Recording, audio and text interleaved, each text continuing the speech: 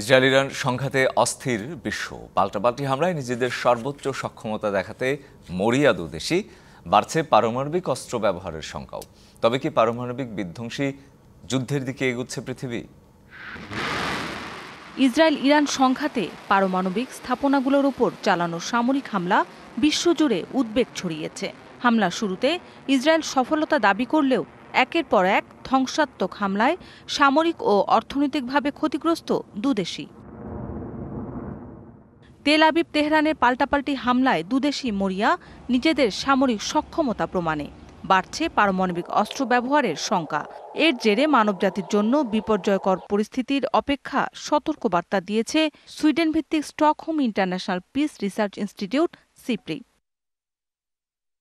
বাৎসরিক প্রতিবেদনের সংস্থাটি বলছে, কেবলমাত্র ইরান ইসরায়েল সংঘাত বিশ্বজুড়ে পারমাণবিক যুদ্ধের শঙ্কা বাড়িয়ে তুলছে এমনটা নয়। পাশাপাশি পারমাণবিক ক্ষমতাসম্পন্ন যুক্তরাষ্ট্র, রাশিয়া, যুক্তরাজ্য, ফ্রান্স, চীন, ভারত, পাকিস্তান, উত্তর কোরিয়া ও ইসরায়েল শক্তিশালী ও দূরপাল্লার অস্ত্র তৈরি করছে। বিশ্বের ৯০% পারমাণবিক অস্ত্রের মজুদ রয়েছে যুক্তরাষ্ট্র ও রাশিয়ার হাতে।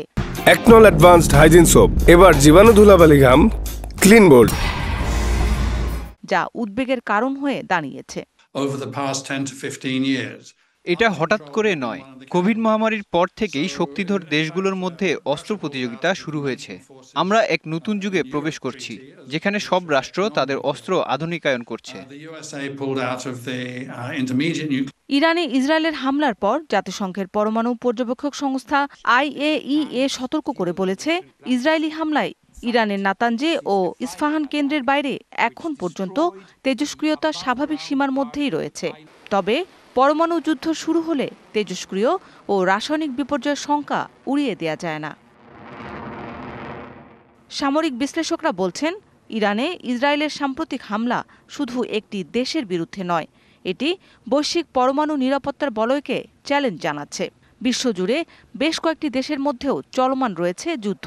সব মিলিয়ে পৃথিবী যেন এক অনির্দিষ্ট অশান্ত পরমাণু শক্তি নিয়ন্ত্রিত ধ্বংসযুগে প্রবেশ করছে। এমন আশঙ্কা সত্যি হলে রেহাই পাবে না কেউই।